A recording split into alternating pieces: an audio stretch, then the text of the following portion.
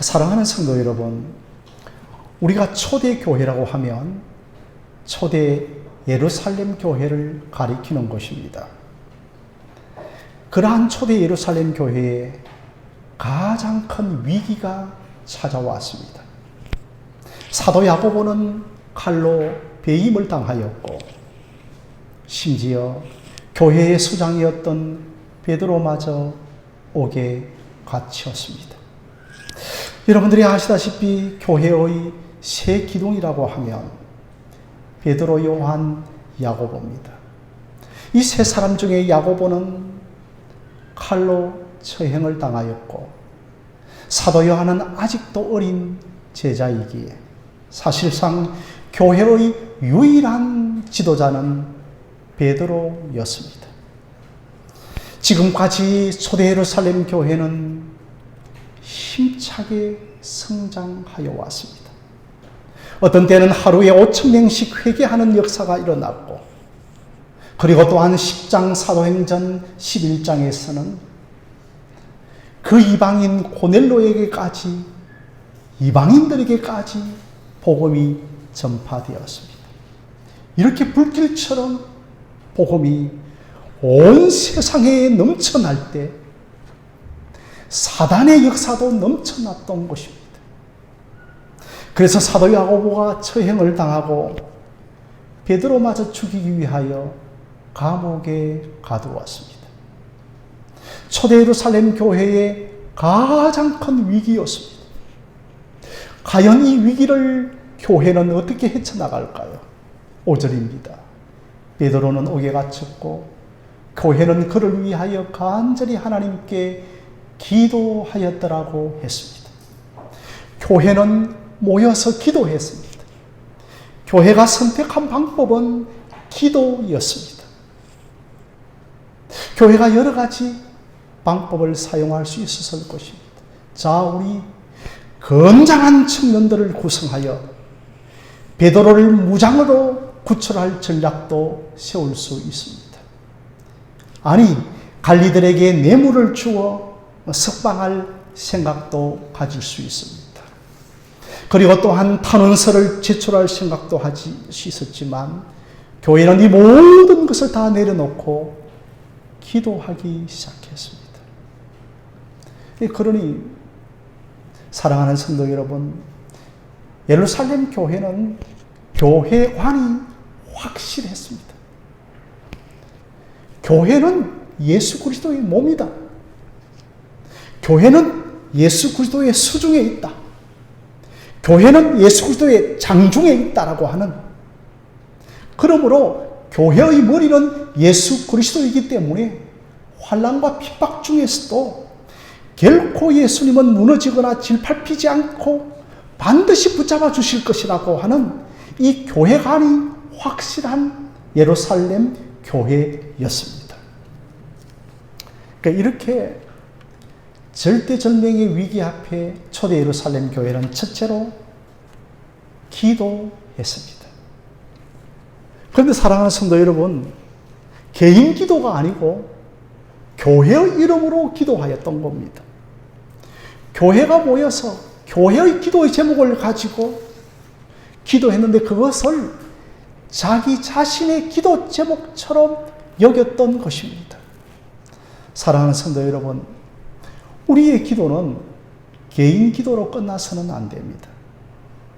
내 자신의 안녕과 우리 가정의 행복과 내 자신의 사업 성공과 가정의 행복만을 위하여 기도하지 말고 교회로 기도가 확장되지 않으면 그 기도는 자기 자신의 이기심입니다. 그 이기심이 가득 찬 신앙생활은 다른 사람이 볼 때는 대단한 신앙생활을 하는 것 같지만 그 사람은 온전한 신앙인이 아닙니다. 하나님은 무엇보다도 교회를 위하여 기도하기를 좋아하십니다. 우리가 하나님을 잘 믿고 하나님을 잘 섬기고 하나님을 사랑한다는 것이 사실이면 이 모든 것이 무엇으로 나타나야 하는 겁니까? 기도하는 것으로 나타나야 합니다. 그 사람을 보면 기도하는 모습이 전혀 없다면 정말 그 사람이 하나님을 잘 믿고 하나님을 사랑하는가? 우리는 그 하나만으로도 판단할 수가 있는 겁니다.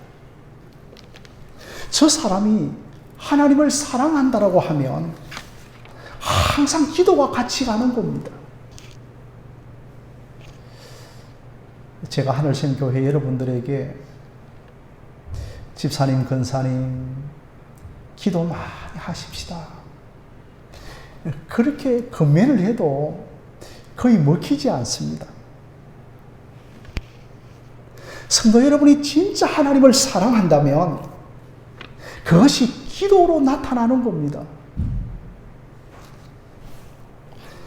그 사람이 진실로 은혜 받았다는 것이 사실이라면 두 가지가 나타나는데, 첫째는 그 사람이 진리의 말씀을 간절히 사모하기 시작합니다. 그래서 그 사람의 심령 속에 진리의 말씀을 깨닫고 싶은 열망들이 강력하게 일어나기를 시작하는 겁니다. 둘째로는 그 사람의 심령 속에 하나님과 교제하고 싶어 하는 겁니다. 자기 자신은 비록 죄인이지만 거룩한 하나님과 교제하고 싶어서 기도의 자리로 열심히 달려오기를 시작하는 겁니다. 그런 사람을 볼 때, 저 사람이 은혜 받았다라고 우리는 알 수가 있는 겁니다. 사랑하는 성도 여러분, 기도의 영은 성령이고 성령은 은혜의 영입니다. 그래서 은혜 받았다면 반드시 우리가 기도하고 싶은 열망이 생겨나는 것입니다. 그러니 예루살렘 교회는 이 위기 앞에 마음을 같이 모았습니다. 베드로를 구출하기 위하여서 우리가 한 마음을 가져야 되는데 기도하기로 한 마음을 모았던 겁니다. 사랑하는 성도 여러분, 여러분들이 아시다시피 교회가 마음이 하나로 잘 모이지 않습니다. 아니 목사님, 저는 기도보다는 좀 탄원서를 내고 싶은데요. 아니 목사님, 저는 기도보다는 1인 시위를 하면 어떻습니까? 아니 목사님, 저는 좀 행정관리를 찾아가서 우리의 그 무고함을 좀 알릴 필요가 있지 않겠습니까? 라고. 이렇게 여러분 마음이 모아지질 잘 않는 겁니다. 그런데 소대 예루살렘 교회는 마음을 같이 모아 기도하기로 했던 겁니다. 드디어 그들은 베드로의 구출을 위하여서 부르짖기 시작했습니다. 자, 두 번째로서는 초대 예루살렘 교회는 간절히 기도했습니다. 5절에 베드로는 옥에 갇혔고 교회는 그를 위하여 간절히 하나님께 기도하였더라고, 간절히 하나님께 기도했던 겁니다. 여러분, 여기에서 간절이라고 하는 말은 쉬지 않고 기도했다는 겁니다.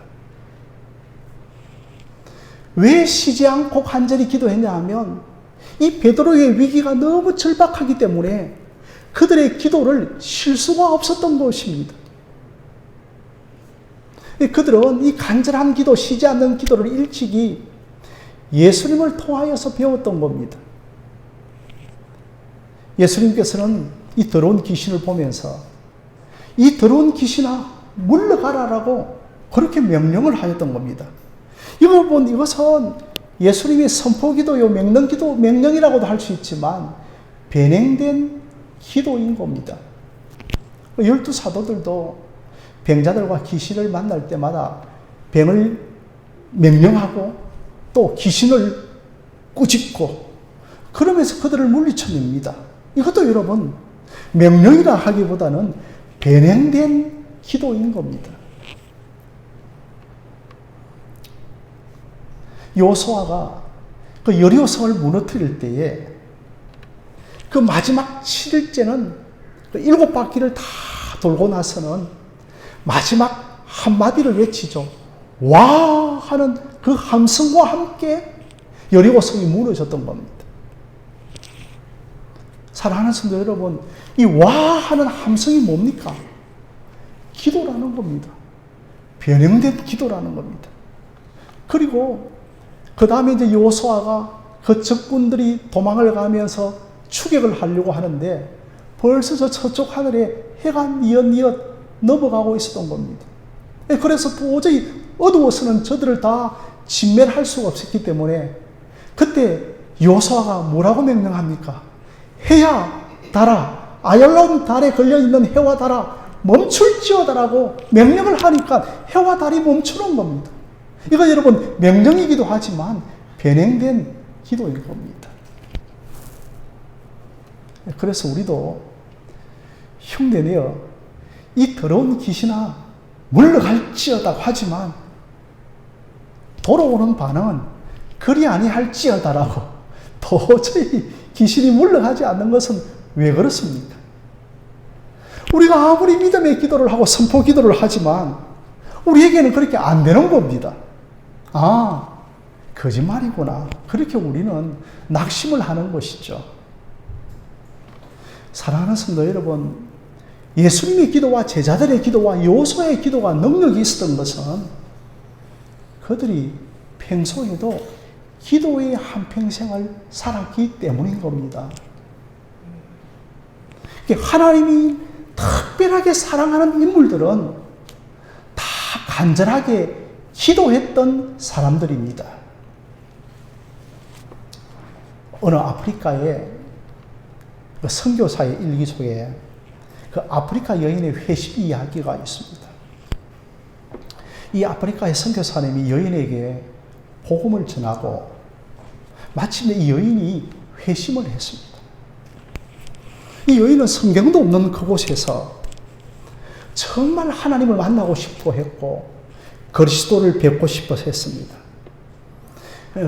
그러니 선교사님은 그 여인에게 하나님을 만나고 싶으면 하나님께 간절히 기도하라고 했습니다. 그러자 그 여인이 그때부터 기도하기 시작했는데 자기 자신의 집에서 이제 조금 그 풀숲을 지나서 그 숲속에 가서 기도하기를 시작했던 겁니다. 그런데 여러분, 그 풀숲이 얼마나 무성한지 한 이틀 정도만 걸어가지 않아도 그 길을 다 덮어버릴 정도로 그렇게 무성하게 자라는 곳이었습니다. 그런데 이 여인은 그 숲속에 하루에 2번씩 그곳을 들어가서 기도하였던 것입니다. 그러면서 그가 기도할 때 내가 하나님의 사랑을 체험하기까지 그녀가 기도하였던 것이었습니다. 어느 날 이 여자가 기도하고 돌아오니까 아들에게 온몸에 열이 나서 불덩이처럼 되어 있었습니다. 그곳에 뭐 의사가 없다 보니 체온을 낮추기 위하여서 얼음이 필요했습니다. 이 여인이 또다시 숲속으로 들어가서 간절히 하나님께 부르짖기 시작했습니다. 그런데 갑자기 하늘에서 구름이 확 맺혀지더니 포도송이만한 우박이 쏟아졌습니다.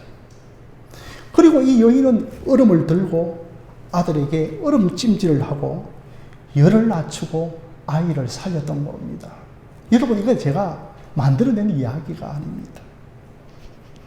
하나님께서는 교회를 부흥시킬 때 반드시 기도에 불을 붙이십니다. 어느 사람에게 기도에 불을 내리고 그 사람이 그때부터 하나님의 마음에 합한 기도를 하게 하고 그 사람을 통하여 하나님의 일을 이루어 가시는 겁니다. 하나님은 화려한 수식어를 동원하여 그 말을 중언부언 반복하여 기도하는 것에 설득당하는 분이 아니신 겁니다. 교회가 잘 굴러가겠지 뭐. 아니 내 인생도 잘 굴러가겠지 뭐. 이런 사람은 하나님이 싫어하시는 겁니다. 정말 내가 바람 앞에 선 촛불처럼 교회를 위하여 간절히 기도하고 여러분 자신을 위하여 간절히 기도하시기를 바랍니다. 성도 여러분, 여러분에게 이 간절함의 회복이 있기를 주님의 이름으로 부탁드립니다. 세 번째는 하나님 앞에 기도하셔야 합니다. 5절에 보면 베드로는 옥에 갇혔고 교회는 그를 위하여 간절히 하나님께 기도하였더라는 겁니다. 여러분, 이 하나님께 기도하였더라는 것이 하나님 앞에 기도하였더라는 겁니다. 어느 사람이 우상 앞에 가서 기도하겠습니까? 어느 사람이 어떤 세상의 권력자 앞에 가서 자기 자신의 문제를 탄원하겠습니까? 하나님 앞에 기도하였다는 것은 기도를 들으시는 하나님께 기도했다기보다는 하나님의 임재 안에서 기도했다는 겁니다. 사랑하는 성도 여러분, 우리가 기도하면 항상 하나님의 임재가 있습니다. 우리가 기도하면 하나님께서 여러분에게 가까이 하십니다. 그래서 우리의 마음이 조금씩 하나님의 마음에 합한 마음이 되어져 가는 겁니다. 이게 여러분 하나님 앞에 기도했다는 겁니다. 내가 조금씩 하나님의 마음과 일치되어 가는 겁니다. 여러분 기도하면서 이런 경험들 해보셨죠? 기도하면 염려하는 마음, 나를 유혹하는 마음, 내 생각이 육적인 생각에 좌우되어지는 마음, 세상 욕심을 이루려고 하는 마음이 찢어지는 겁니다. 성령께서 찢어지시는 겁니다. 여러분, 이 마음의 찢어짐이 없으면 하나님께 기도하는 것 아닙니다. 두 마음으로 기도하는 겁니다. 나누어진 마음인 겁니다. 이 나누어진 마음으로 기도하면 그 기도에 응답이 없습니다. 하나님의 소원에 내 마음을 일치시키는 여러분들이 되어지시기를 바랍니다. 기도하면 제일 처음에는 저도 그렇죠. 두 마음을 갖고 기도하는 겁니다. 그런데 기도하면 할수록 내 안에 계시는 성령님께서 우리의 기도를 교통정리해 나가시는 겁니다. 하나님이 기뻐하는 기도를 하게 하시는 겁니다. 이것이 여러분 하나님 앞에 기도하는 것이고 하나님의 임재 안에서 기도하는 것입니다. 기도는 두 종류가 있죠. 하나님이 기뻐하는 기도가 있고 하나님이 기뻐하지 않는 기도가 있는 겁니다. 기도를 하면 할수록 처음에 기도했던 그 기도의 제목이 내 마음을 끌지 못하고 그 기도의 제목에서 내가 멀어지고 심지어 그 기도의 제목마저 기억나지 않는 것이 하나님이 기뻐하는 기도인 줄 믿으시기를 바랍니다.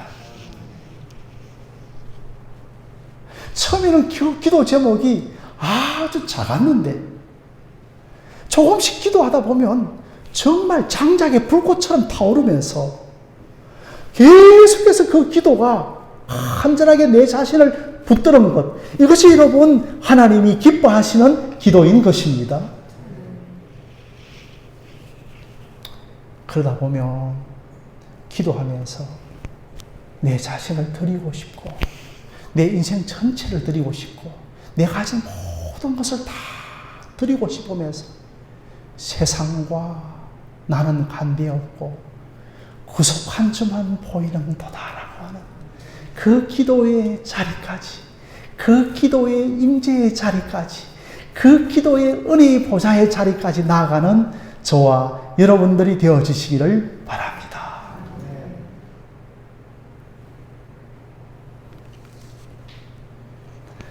그래서 내가 지금 당하고 있는 이 시련과 고난보다도 더 크신 하나님의 은혜가 내 인생을 붙들고 있는 거구나고 하는 담력이 생겨나기 시작하면서 나를 그토록 괴롭히는 원수마저도 사랑하고 싶고 그렇게 나를 고통을 주는 이웃마저 그를 붙들고 중보하기를 시작하는 겁니다. 사랑하는 성도 여러분, 내 마음을 하나님의 마음과 분리시키지 않는 여러분들이 되어주시기를 바랍니다.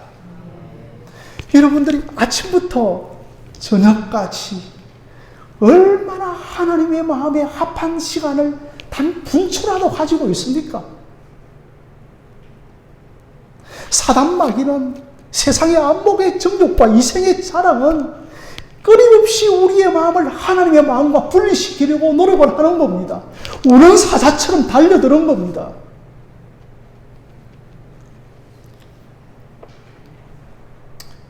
이렇게 초대 예루살렘 교회가 하나님 앞에 기도하고 간절히 기도하고 마음을 모아 기도하기 시작하자 그 예루살렘 교회에 상상할 수 없는 일이 일어났습니다.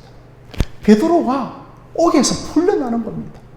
베드로를 옥에서 내맹식 사교대로 지키고 있었는데 그 지하의 깊은 곳에 천사가 들어가는 겁니다.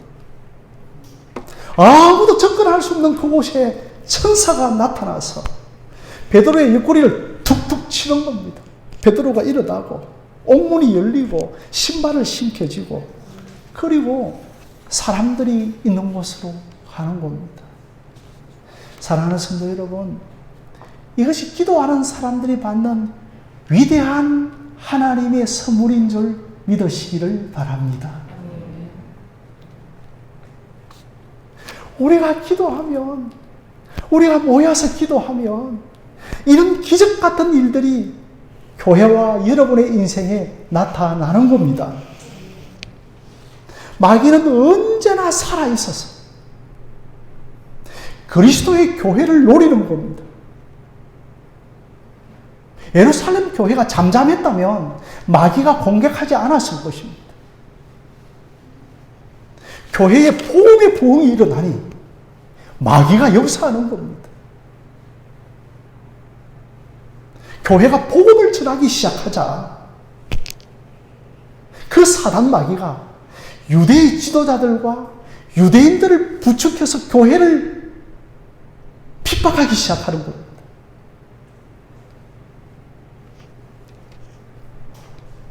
이렇게 초대 예루살렘 교회가 공격한 것은 초대 예루살렘 교회가 복음을 소유하고 있었기 때문입니다. 우리 하늘샘 교회도 복음을 소유하는 교회가 되어지기를 바랍니다. 여러분들의 가정도 복음을 소유하는 가정이 되어지기를 바랍니다.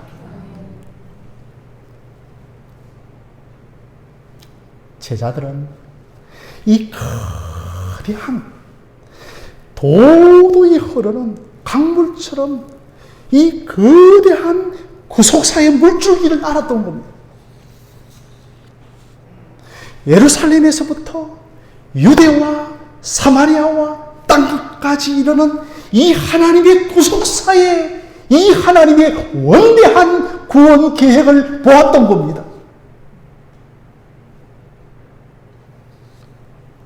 이 구속사의 복음이 강물처럼 온 세상에 흘러서 마침내 헤롯 왕국을 무너뜨릴 줄 알았기 때문에 그토록 야고보를 죽이려고 하고 베드로를 죽이려고 했던 겁니다. 이때 예루살렘 교회가 한 것은 한 마음을 모아 교회가 간절하게 기도하기 시작하였습니다. 사랑하는 성도 여러분, 네 번째로는 마지막으로 한 곳에 모여서 기도하였습니다. 12절에 베드로가 구출되어 마가라고 하는 집에 가니 그 한 곳에 모여서 기도하고 있었습니다. 사랑하는 성도 여러분, 마가가 찾아간 곳은 베드로가 찾아간 곳은 마가의 다락방이었습니다.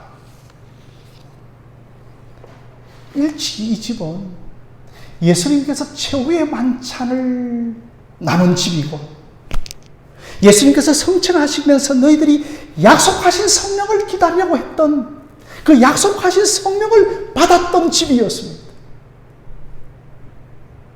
그리고 마침내 오순절 날에 성령이 강림하여 불의 해처럼 갈라지는 곳이 마가의 다락방이었습니다. 이것은 집이 굉장히 커서 대문이 있을 정도로 지키는 여인이 있을 정도로 집이 컸습니다. 이들은 교회가 위기를 당하자 그 유서 깊은 마가의 다락방에 모여서 한 곳에 모여 기도하기를 시작하였습니다. 그들은 그곳에 모여 예수님이 그 옛날에 겟세마네 동산에서 땀방울이 핏방울이 되어질 때까지 기도하는 그 기도의 모범을 가지고 한 곳에 모여 간절하게 기도하기를 시작하였던 겁니다. 어떤 내용으로 기도했을까요? 제 추측이지만 하나님 우리를 고아처럼 내버려 두지 않을 줄로 믿습니다. 내가 너희를 고아처럼 내버려 두지 아니할 것이고 보혜사 성령을 보내주실 것이라고 하는 그 약속의 말씀을 붙들고 그들이 간절하게 기도했을 때 그들을 고아처럼 내버려 두지 아니하시고 보혜사 성령을 보내주셨던 것처럼 이 위기 앞에서 우리를 고아처럼 내버려 두지 아니할 줄로 믿습니다. 이렇게 기도하시는 겁니다. 그리고 하나님이여 저도 예수님처럼 내게 매인 십자가를 지고 하늘의 미랄이 되겠습니다라고 기도하였던 것입니다. 그리고 그들은 이 문제와 시련보다도 더 크신 하나님, 더 능력이 많으신 하나님을 붙들고 기도하였던 것입니다. 이렇게 사랑하는 성도 여러분, 그들은 12절에 한 곳에 모여 기도했습니다. 이들은 위기를 만날 때 극복하는 방식을 잘 알았습니다. 당시에 모이면 살고 흩어지면 모이면 죽고 흩어지면 사는 행복이었습니다.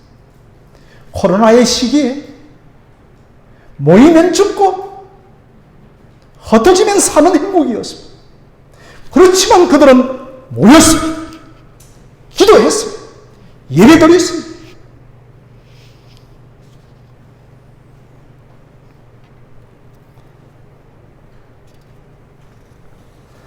그래서 여러분, 한 곳에 모이는 일은 매우 중요합니다. 인터넷 설교, 인터넷 예배, 인터넷 방송, 아무리 유능한 예배를 할지라도 한 곳에 모여 드리는 예배를 대신할 수 없습니다. 하나님께서는 같은 공간, 같은 시간, 한 지체가 모여서 드리는 것을 기뻐하십니다. 솔직히 말해서 사랑하는 성도 여러분, 기도가 예배는 아니지 않습니까? 예배는, 기도는 영적인 일이기 때문에 우리가 어디서나 흩어져서 기도할 수 있는데도 불구하고 그들은 한 곳에 모여서 기도했습니다. 한 곳에 모이면 불편합니다. 한 곳에 모이면 체포될 위험이 있고 처형당할 위험이 있었지만 그들은 모이기에 힘을 쏟고 모여야만 했습니다. 사랑하는 성도 여러분, 우리가 한 곳에 모여드리는 예배가 소중하고 그 한 곳에 모여드리는 그 예배에 여러분도 그 자리에 현존하시기를 주님의 이름으로 부탁드립니다. 이들은 하나님께서 베드로를 어떻게 구출할지 몰랐지만 그들은 무작정 하나님께서 이 문제를 해결해 주실 줄로 믿고 간절하게 기도하였고 하나님이 우리를 고아처럼 내버려 두지 아니할 줄로 믿고 한 마음을 다 주님께 쏟으시면서 오직 그분의 얼굴을 구하면서 간절하게 기도했던 겁니다. 사랑하는 성도 여러분, 연약하고 연약한 이 하늘샘 교회를 여러분 자주 찾아오시고 이 교회가 여러분에게 하나님께서 줄로 지어준 구역입니다. 하나님이 내게 줄로 지어준 구역은 아름다운 곳에 있으며, 경상도 말로 죄송합니다. 하나님이 배민 알아서 여러분에게 줄로 지어줘서 이곳이 너의 교회라고 그렇게 정해 주셨겠습니까? 이곳에서 쏟아지는 그 하나님의 말씀이 하나님의 말씀인 줄 알고, 다른 곳에 기웃거리지 말고, 이곳 저곳에 은혜 있는 곳에 가서 기웃거리지 말고, 이곳에서 내가 마음을 쏟고 엎드리고 부복할 때 이곳에서 생명샘이 흘러나오고 응답의 샘이 흘러나오고 축복의 샘을 받아 누리는 여러분들이 되어지시기를 주님의 이름으로 간절히 축원드립니다.